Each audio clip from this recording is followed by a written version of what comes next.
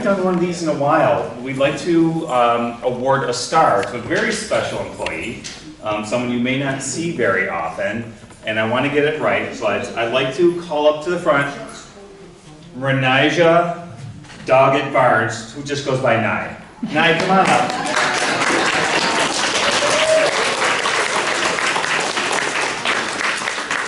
So Nye is one of our cooks in our health center and skilled nursing. I can tell she's incredibly embarrassed right now. She loves this. She has a speech planned after, but I just want to say this star is long overdue. We talked about doing this, literally months ago, and then due to an emergency, I wasn't here. I think Mary wasn't here. Nye came in and got nothing. So, but we finally worked it out. She's able to get here. Nye is a very special personality in our health center. She's always pleasant. You can tell when I do rounds and I go in each surgery, and it's a lot of work. And she's always smiling, always cheerful, knows everything our residents want.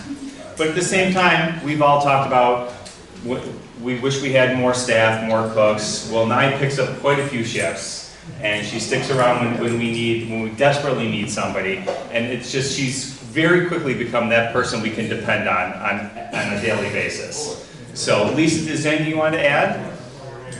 You said it all very well. Oh, okay. Lisa said that was fine. Nye's just wonderful and amazing to our team. We really, really appreciate everything she does.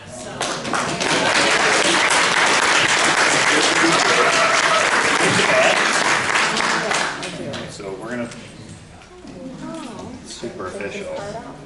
Yeah. I won't look at the picture.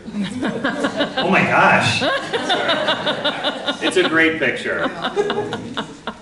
So there you go. Nye, thank you so much for everything you do. And you set the tone that people around you become happier, and they really want to be here too. So thank you. And is there anything you want to say to the crowd? No, good morning. No, good morning. Very sweet. So thank you.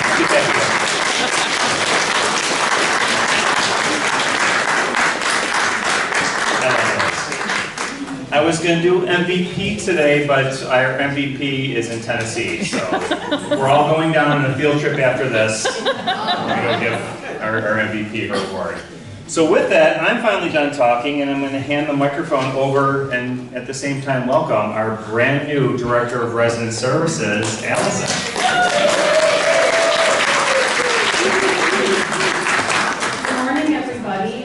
First, I just want to say thank you so much, everyone, for welcoming me these past 2 weeks. I know I've been at Fox Run for quite a few years now, but all the good lucks and well wishes and warm welcomes over here in the independent living side has really made this transition wonderful.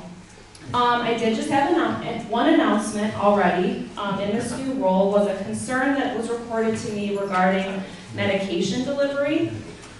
So apparently Rite Aid has stopped using their own employees to deliver medications. They're using kind of a delivery service, and it was reported to me that some of the medications weren't being brought directly to the Commons, which of course all medications need to be brought right to the Commons. So I will be looking into this. I'm going to be contacting Rite Aid because I know this is a big concern, but I am aware and I am addressing it. Was there any questions regarding that?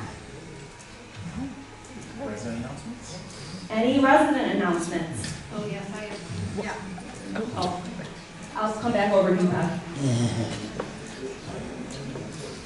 Good morning, everybody. It's my pleasure today after we have this fabulous speaker this morning, and we're so happy to have her, please stay and meet our candidates. It's an informal meeting. We are not setting up a line of people that have to kind of stand and be statues. So our folks, Elizabeth, would you stand? Elizabeth Anthony? Kathy Fergola, would you stand? Ken Kaczynski is at the dentist and was hoping to be back in time for 10:30. I have a little note at the end from Judy Wiedemann. Dick Bear is in the front row. Dick, can you stand? Alan Green is next to Elizabeth. And Dick Leonard is right there.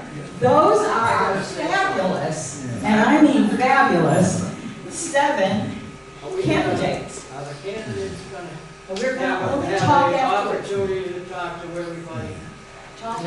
No, you're going to meet informally in the back. Come and have an extra cup of coffee. No, there's too many important things. I'm sorry, Dick. Dick, we're going to do it this way today, and we will do it this way today, and then we can talk about setting something else up. Remember that early voting, your absentee voting, is going to be started on October 11th. So please vote. Voting in person takes place on October 25th. And I think we're going to give the microphone to Bobby. Oh, I do have to tell you that Judy Wiedemann is not here because she's a docent at the Birchfield Penny Arts Center. I'm reading from her. She's been training children who have emotional disabilities, and they have become docents at the Birchfield, and they're going to be docents to 4th graders, and this is their dress rehearsal today. So that's what she is doing this morning. So thank you all so much, and thank you to our 7 wonderful candidates.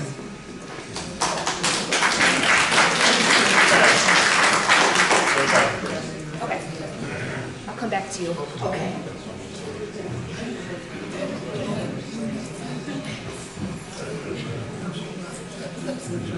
Thanks. The Green Committee's been really busy, so I won't go into everything, but we did want to reiterate, because there's so many new residents, these are not recyclable. We keep hauling them out of the bins, but it actually be our job. So please don't put them in the recycling bin, put them in with your garbage. Obviously, we're working to try to find something that might be recyclable, but these are not. So please don't put them in the bins, it just messes everything up. Thanks. Yeah, if you cut them in half, they stack up easy, and then you can put a whole bunch of them in. Thank you. A public service announcement, you can now order free COVID test kits on the computer through the government. All you have to do is on the bottom, put in free COVID test kits and your name, address, 1 per household, and they will be mailed to you. Any more announcements?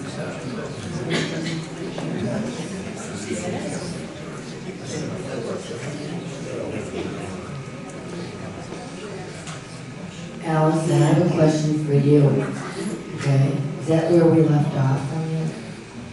What'd you say? You were talking about medications and the condoms, getting it delivered there. Is that, they won't do it there, or they will do it there? I don't understand. So Janice's question was regarding my announcement regarding medication delivery. So all medications need to come to the Commons. So that's why we really love Anthony Brown. I know not everyone uses them, but they're great. They deliver themselves. They come right to the Commons. So I think Rite Aid using this service, it is kind of new for them. So we just kind of had to direct some of those drivers. That's something I'm going to be addressing, making sure they come to the Commons. They're not coming to other entrances of Fox Run. What about mail-in orders? Mail-in orders? Yeah, mail-in. Yeah, they just come through the mail and they'll go to your That's mailbox. okay. That's okay. That's okay. We just don't want scripts being delivered other places. They need to come to the right place to get in the correct hands. Okay. Any other announcements before I have Bobby introduce our speaker? Okay, then I will pass it over to you, Bobby. Thank you very much. Can you all hear me? Yes. I'm delighted to welcome you to our coffee hour this morning and to introduce you to a good friend of mine, Cynthia Schwartz, who has had really 3 careers. And you'll see what I mean. But anyhow, today she's going to talk about the Buffalo Planning Board. Cynthia is a prominent Buffalonian and a good friend who has had a lot of experience in Buffalo, but she's not a native Buffalonian. She didn't come here until 1980. People laugh when we say that. But she's been here, and her first career, I think that's right, was at Roswell Park. That's what brought her to Buffalo. And she was there for 43 years, retiring recently. However, while there, she met many top administrators, top politicians, who all obviously became very impressed with her work, and business leaders. And it's that nexus, and I think Cynthia will agree, it's that nexus of contacts, business, politics, volunteers.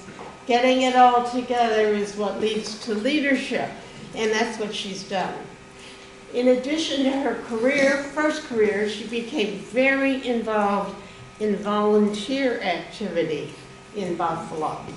And she's had a wide spectrum of community organizations she's worked with in housing, in education, in city government, and in the environment. She describes her first love as being environmental education. So she must have been way ahead of the curve, because most people have just come recently to environmental education. And then she loves to travel, and just recently returned from Madagascar and Uganda. And I told her she's the only person I know who's been to Madagascar. No questions today, we'll bring her back. So with such a broad experience, it seems that she was the ideal person to serve on the Buffalo Planning Board.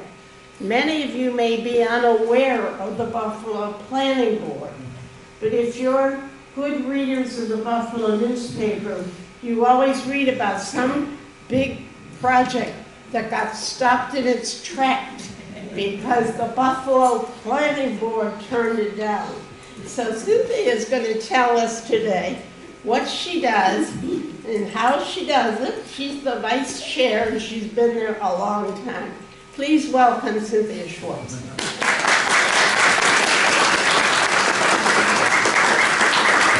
I pay Bobby a lot of money for that. Well, I'm delighted to be here this morning, and you're not going to see a lot of slides. I just want to set sort of the context of the board and who's on the board. And put it up there. Is sitting right here.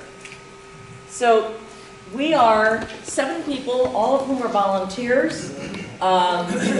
We get no stipends. We don't even get paid for parking. We meet twice every 2 weeks throughout the year except for August. As you can see from the list, we bring a variety of professional backgrounds to the board, and we represent almost every district in terms of where we live in the city. The planning board is charged legally with some very specific things. We do site plan review. So when a major project is being developed, it comes to us for review of its compliance with codes, its landscape design, its architecture. We do major subdivisions. Again, that is the accumulation of land for major projects, which often involve zoning changes. We're advisory to the Common Council on a variety of issues, zoning, special use permits. Special use permits are a great joy. Planned unit developments, also fondly known as PUDs, which are always controversial, and coastal review. And we work in collaboration with the Zoning Board Preservation and the Erie County Planning Department. The county has some authority to review city projects. When we look at a project, we hope that what we're looking at is the appropriateness of development, the compatibility of the design to where it's being located in the city, compliance with city codes, of course, the impact on traffic and infrastructure. Is it going to have an impact on road systems and sewer and related infrastructure? Impact on established neighborhoods, which we spend a lot of time on. and whether the applicant, if they have a big project, has done community outreach. One of the things we don't like, all 7 of us, is a developer who will come in with a project that's going to have a major impact on a neighborhood, and they've not talked to the neighbors.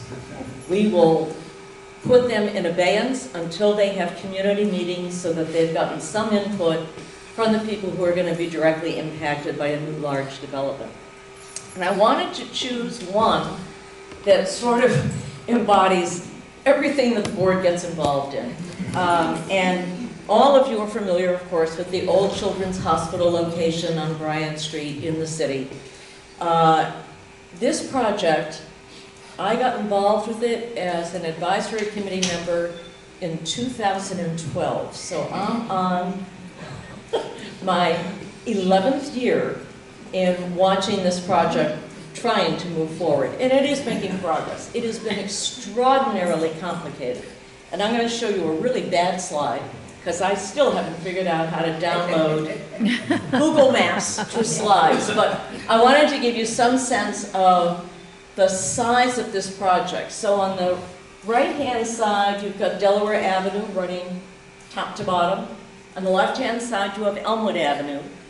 Everything within those yellow lines, from Hodge all the way down to Bryant, is part of the Children's Hospital reuse project. The reason it's been so controversial is that in this context down here, you've got Oakland. Oakland Place with homes that are $1 million plus residents. On Hodge, you've got 2- and 3-family houses, many of them with absentee landlords. You can imagine what the discussions are in the neighborhood when you've got that kind of demographic all being impacted by the project, and what their view is of what the project should be. So I'm just going to back up. So Children's Hospital on the lower right, EduKids, which is the old pediatric facility, which has now been enlarged, and EduKids is in there, a much needed child care center for city residents. At the top you see the Pardee that's has been built on a former gas station and parking lot for Children's Hospital. It is just beginning to lease out to new residents at this point. So things are happening, but they don't happen fast. In this particular case, the folks who lived in the Oakland neighborhood wanted all of the site to be single-family housing. The folks who lived up on Hodge wanted to see more dense infill and affordable housing. And you can pick anywhere in between those two for the rest of the residents in that immediate neighborhood. Everybody had an opinion as to what it should be. There was a universal agreement that nobody wanted demolition. They did not want to see the entire site torn down because they didn't want to live with 5 years of demolition and dust and trucks and all that goes along with it. But many of them, of course, also have very strong opinions about what should be done with the existing buildings. At one point, there was a discussion about a hotel going into one of the buildings. It's a large complex. The hotel came and went, which is probably just as well. Buffalo has developed a huge number of boutique hotels in the last 10 years, but you sort of wonder how many more can be supported at this stage of the game. It is now going to be almost 100% residential. People Inc., which is, some of you are probably familiar with them. They are an organization that provides services and housing for people over 55 who need either affordable housing or have developmental delay issues that prompts them to have special needs in terms of their housing. They've taken a back section of the complex. It is actively under renovation right now. It will have, if I remember my numbers correctly, 124 units, and it will be mixed between affordable and assisted living kind of situation. The main hospital is going to be apartments. The old El Fierro, the building on the lower right, you may know it as the El Fierro building, It had the helicopter pad on it, and it was the surgery and ICU complex. It will be commercial. I believe right now the developers, which are Ellicott Development and Sinatra, do have a tenant for that space, and they're beginning to do the retrofit for that space. There was a proposal at one point to build townhomes in front of the building. Everybody on Oakland thought that was a great idea. Everybody who had architectural input thought it was a terrible idea. It went. Finally, the state, because they're getting historic tax credits, which is a whole other issue, said, you can't put the townhouses in front because you're using historic tax credits for the main hospital building, and the townhouses are not compatible with the original historic use of the building. Just as a sidebar, the other complex project that's similar to this is the old Millard Fillmore Hospital, Gates Circle. It has had similar problems. So those of you who are familiar with it, you'll know it was not exactly stellar architecture on that site. Those were not attractive buildings. The hospital was taken down. The addition that became the new lobby back in the 70s, it was taken down. So that the Gates Circle complex went up. Then they applied for historic tax credits to redevelop the few remaining buildings from the 1905 homeopathic hospital.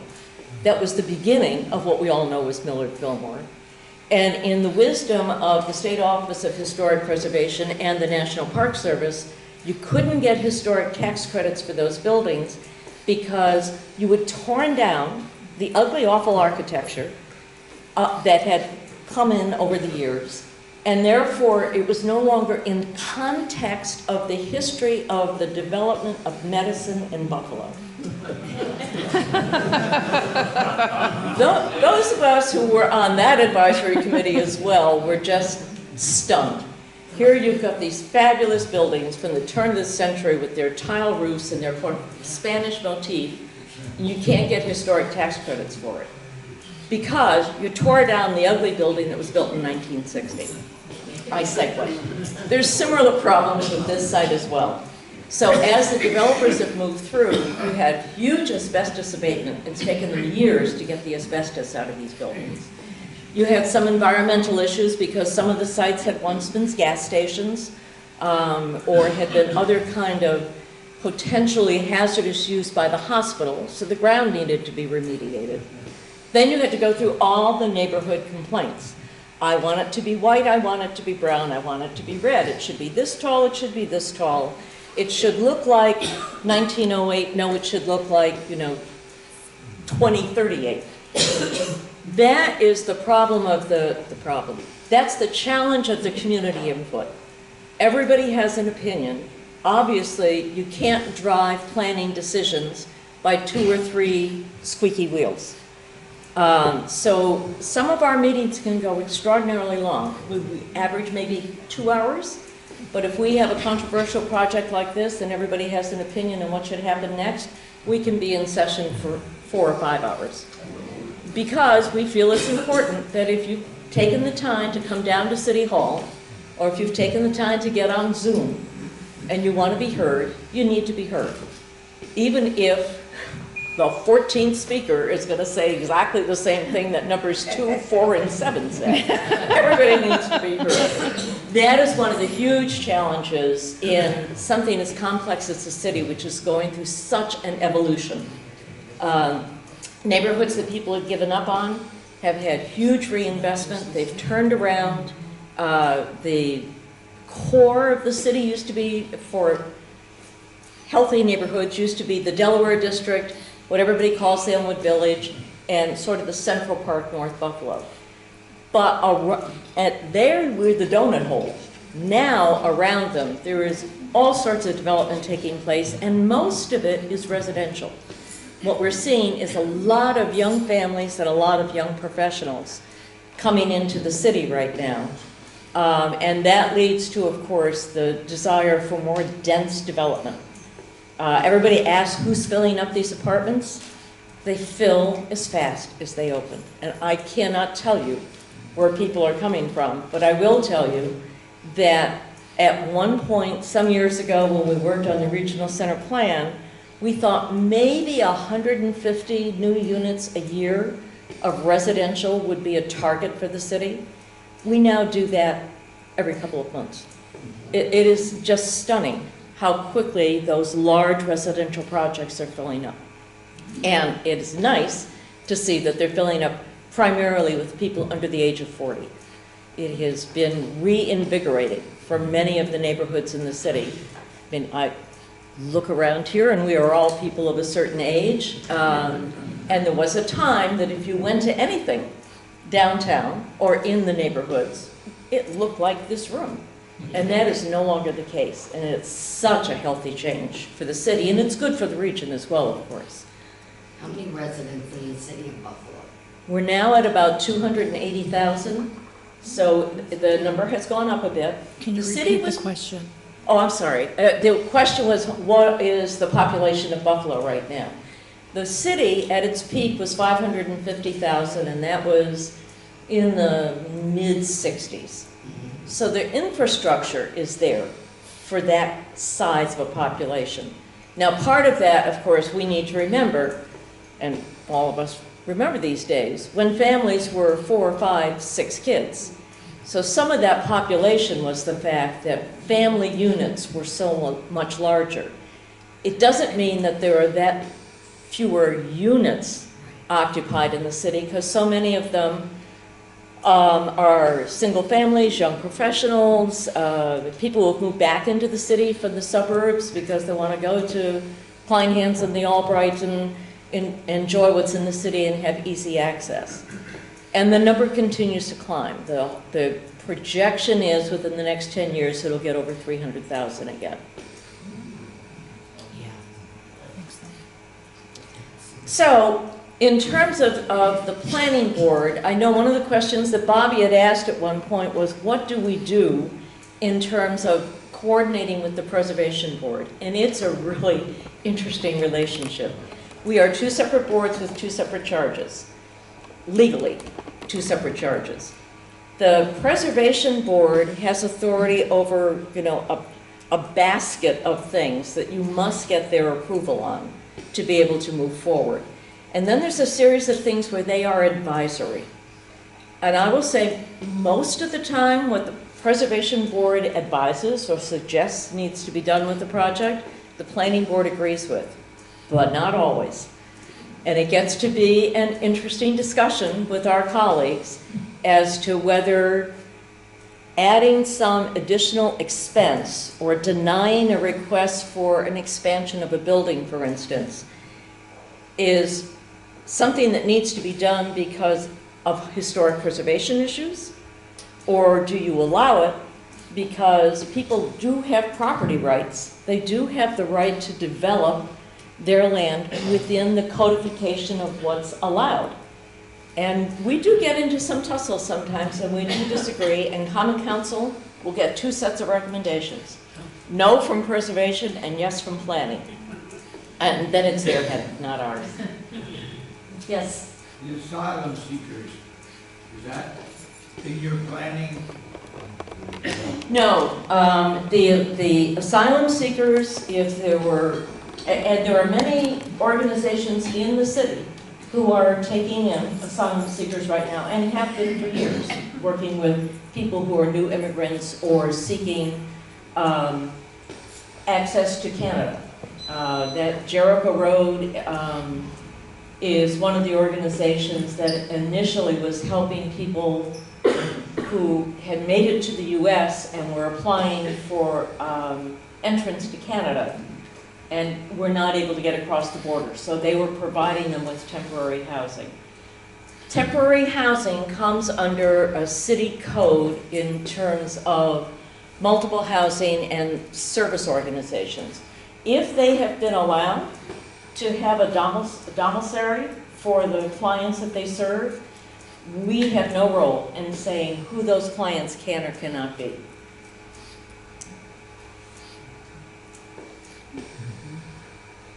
So, one of the things I will wrap up saying, and I'm happy to take any questions that you have, is that the fact that we are volunteers, we're not paid, we're not City Hall employees, we're not elected, gives us a level of independence and flexibility that I think a lot of small local planning boards don't have because of the way the structure is set up. We are appointed either by the mayor or by common council. I will tell you that it ends up being a lifetime appointment. I can't remember the last time I was reappointed, but it was probably, I don't know, 6 or 7 years ago, and I think I'm at 25 years at this stage of the game. It just keeps rolling along.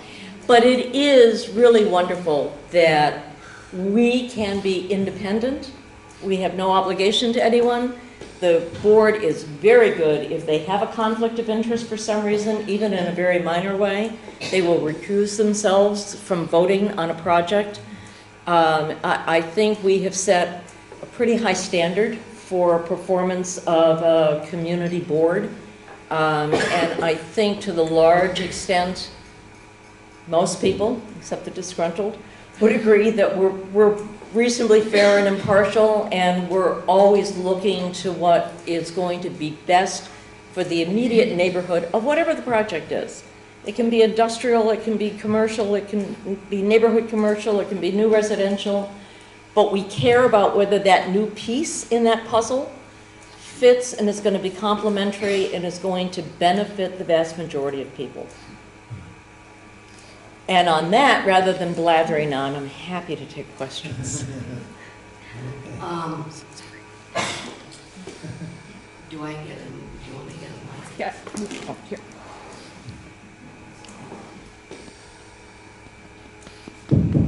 Janice has a question.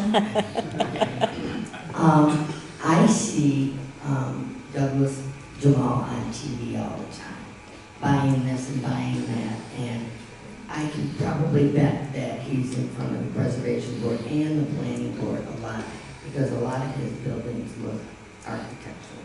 So, can you tell me about his buildings and what's going on? Doug Jamal, what a story.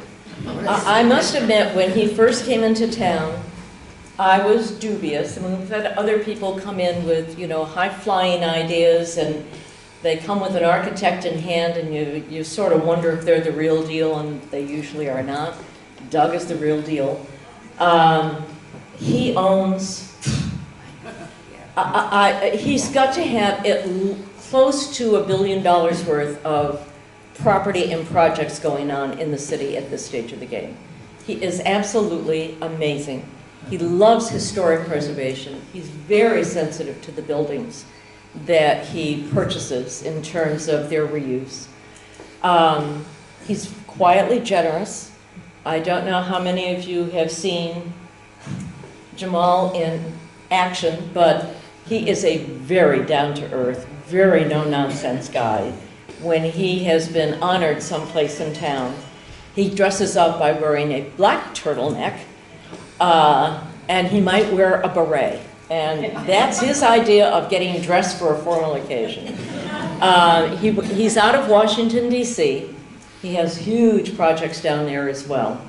And at this point, he's got a major project on Elmwood at Bidwell. He's taken over the Richardson complex. He's working on Ellicott Street on the electric district, the old Simon Electric.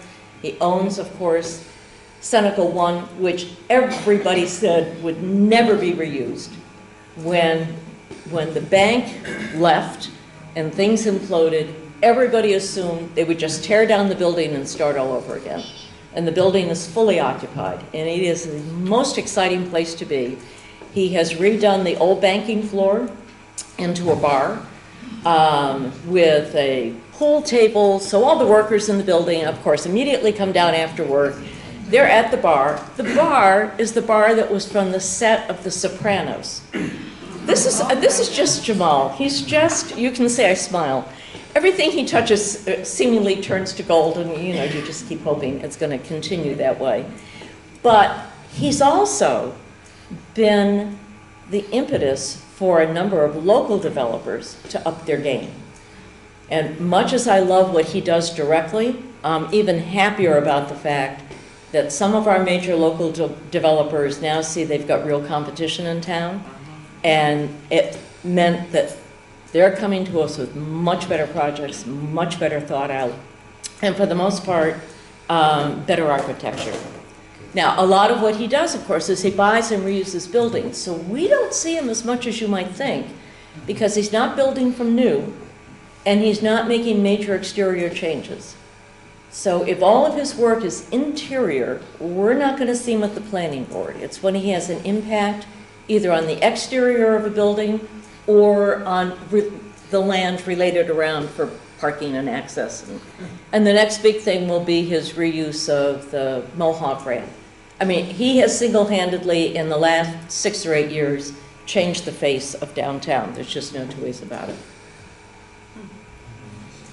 Thank you. Any other questions? And the amazing part is that he makes money doing it. He makes money doing it. Yes, Statler is another one of his projects. They have, of course, redone the public spaces. He originally, he's such a clever guy. For those of you who are familiar with the Statler, of course, you've got sort of the 3 towers that face on Delaware Avenue. And on the back, going toward the convention center, was a 2-story, what appeared to be addition on the back. When Jamal bought the building, his engineers discovered that that actually was the footings for 2 more towers that were never built. So, of course, they were built like the Rock of Gibraltar.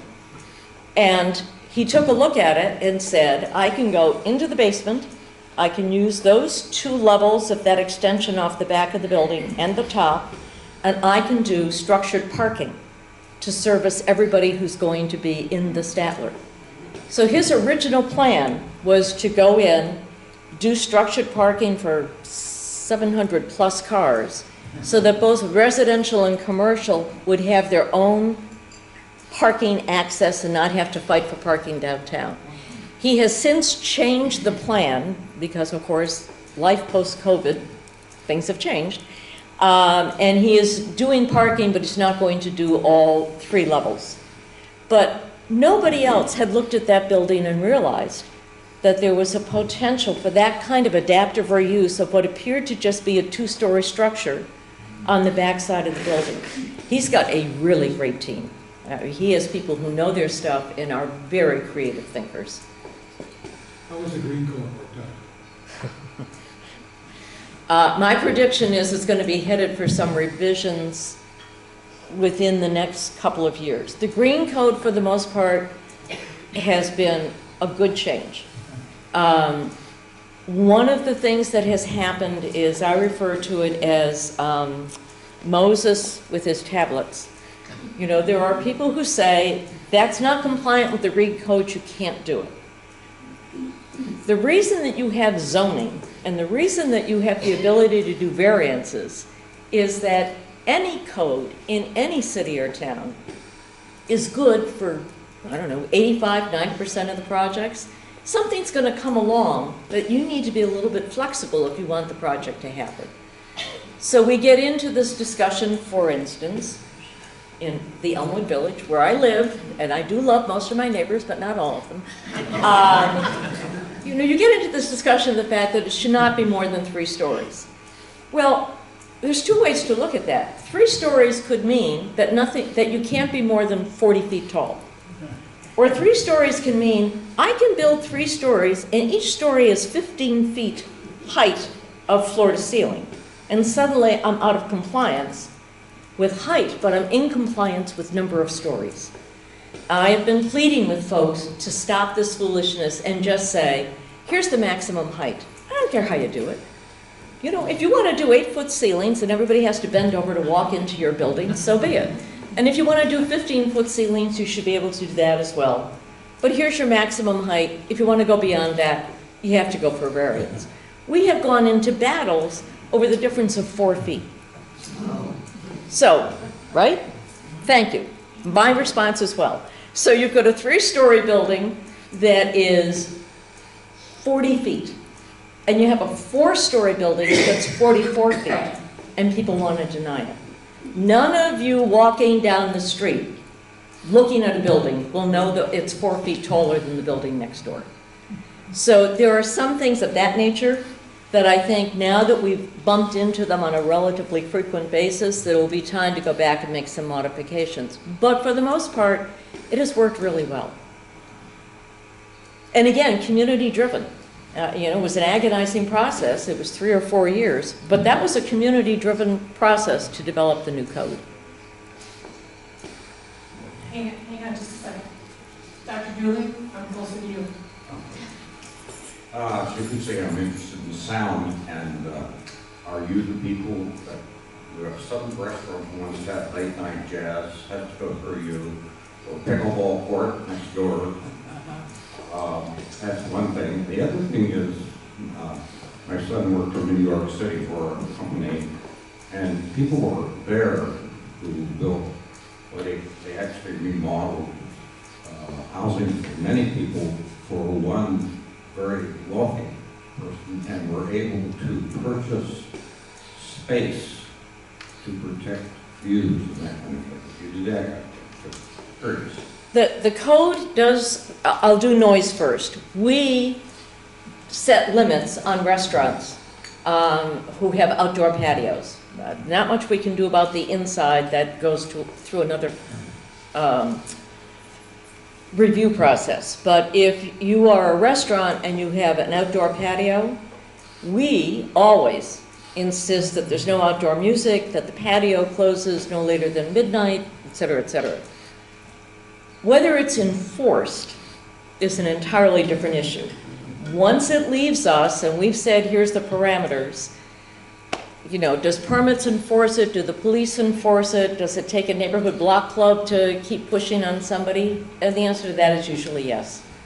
So we do our best on that, but it's far from foolproof. When it comes to view sheds, we do have that discussion on a somewhat infrequent basis, and we do try to protect view sheds where we can. Now, in some cases, you've got a situation where you're a resident, you're next to a property that is zoned commercial or industrial. It allows for more dense development. We can't take that person's right to develop where they meet code away from them because you've lost, your view off your back porch. But where there's an opportunity to mediate something of that sort, to get setbacks or to do step backs in the construction itself, we will push for that.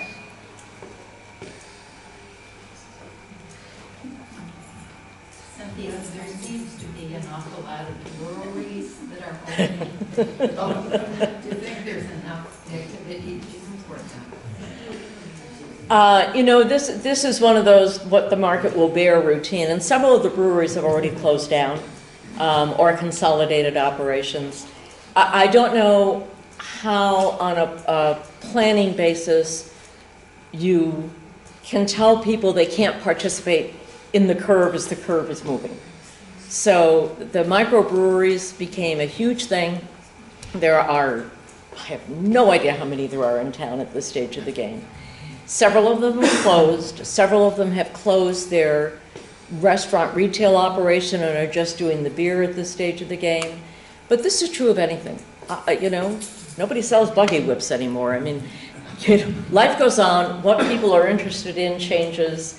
What you hope is that as some of those things have developed, they haven't changed the structure of wherever they are, the building, the neighborhood, so much that if they go out of business, there isn't a logical reuse of that space.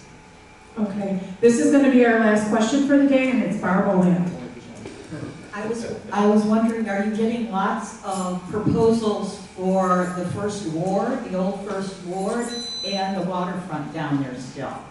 The waterfront is still very hot territory. In fact, some of you, if you've been following the newspaper, there's been quite a battle over one of the original developments finally being completed, with the residents unhappy because they got used to using somebody else's vacant land. And they've done that for years, and now there is development planned that was always planned. It was just in abeyance.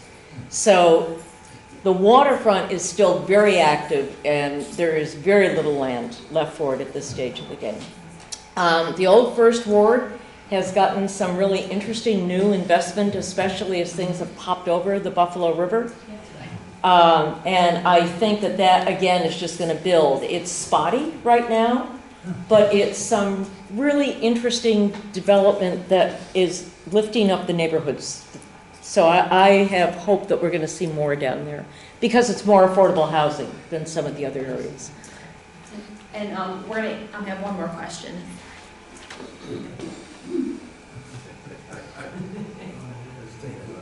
Ma'am, you are an exceptionally gifted person and a special gift to all of the immediate community. Well, you're very sweet, and your check is in the mail as well.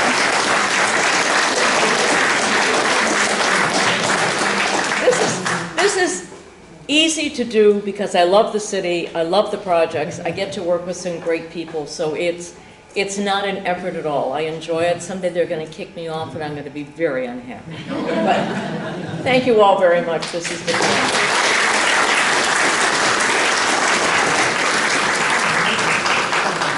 Thank you so much, Cynthia, and on behalf of Fox Run, a little gift for you. Thank you so much, and thank you, Bobby, for bringing Cynthia here. And don't forget to stay after coffee hour to mingle with the candidates. And thank you so much. Go Bills!